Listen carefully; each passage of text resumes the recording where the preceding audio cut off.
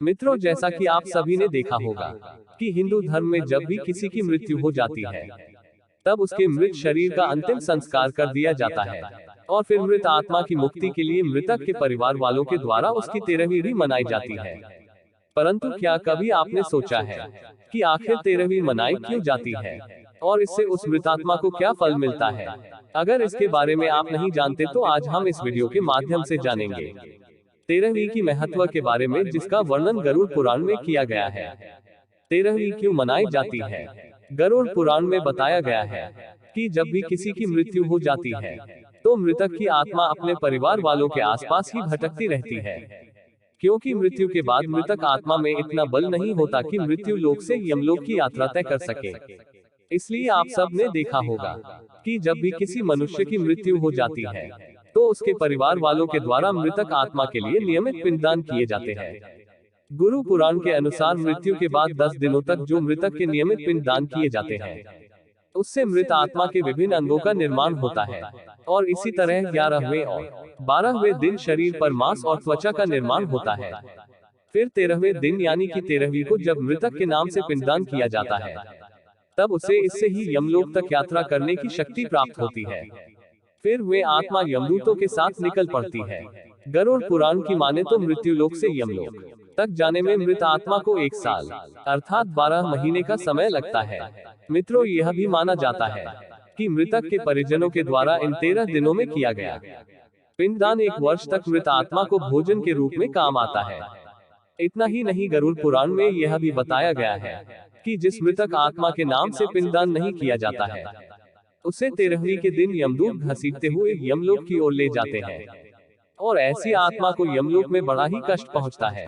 भूखी आत्मा को जब यमदूतों द्वारा घसीटा जाता है, तब उसके शरीर के कई अंग छिल जाते हैं और इस बीच भी मृतक के परिवार वालों के द्वारा नियमित पिंडदान या फिर अन्नदान नहीं किया जाता तो उसे पूरे रास्ते में इस तरह के कष्ट सहने पड़ते हैं।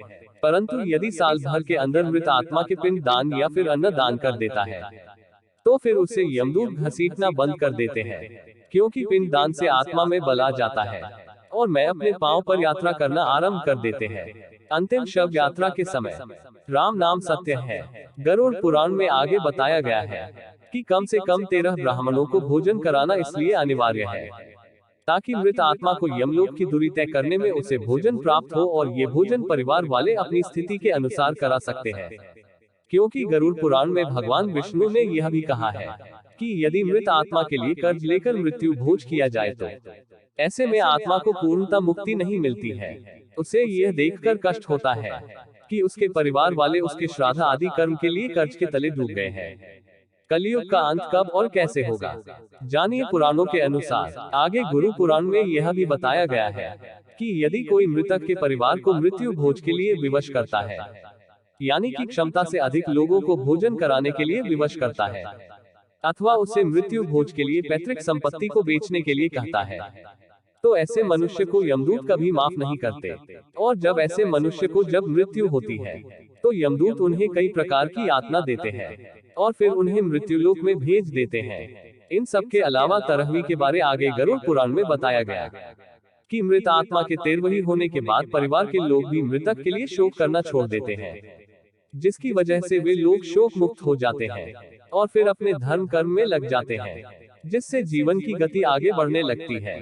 क्यों कहते हैं, जानिए। इसके अलावा गरुड़ पुराण में यह भी बताया गया है कि 13वीं मनुष्य जीवन के 16 संस्कारों में अंतिम संस्कारों का एक अंग है।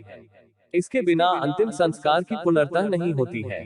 गरुड़ पुराण के अनुसार जिस मृत आत्मा के 13वीं की क्रिया नहीं होती है, उसे प्रेत योनि से मुक्ति नहीं मिलती है। साथ में यह भी बताया गया है कि 13वीं के दिन कम से कम 13 ब्राह्मणों को भोजन अवश्य कराना चाहिए और यदि मृतक के परिवार वालों की आर्थिक स्थिति अच्छी है तो वो 13 से अधिक ब्राह्मणों को भोजन करा सकते हैं। 13वीं के दिन ब्राह्मणों को भोज करवाने को मृत्यु भोज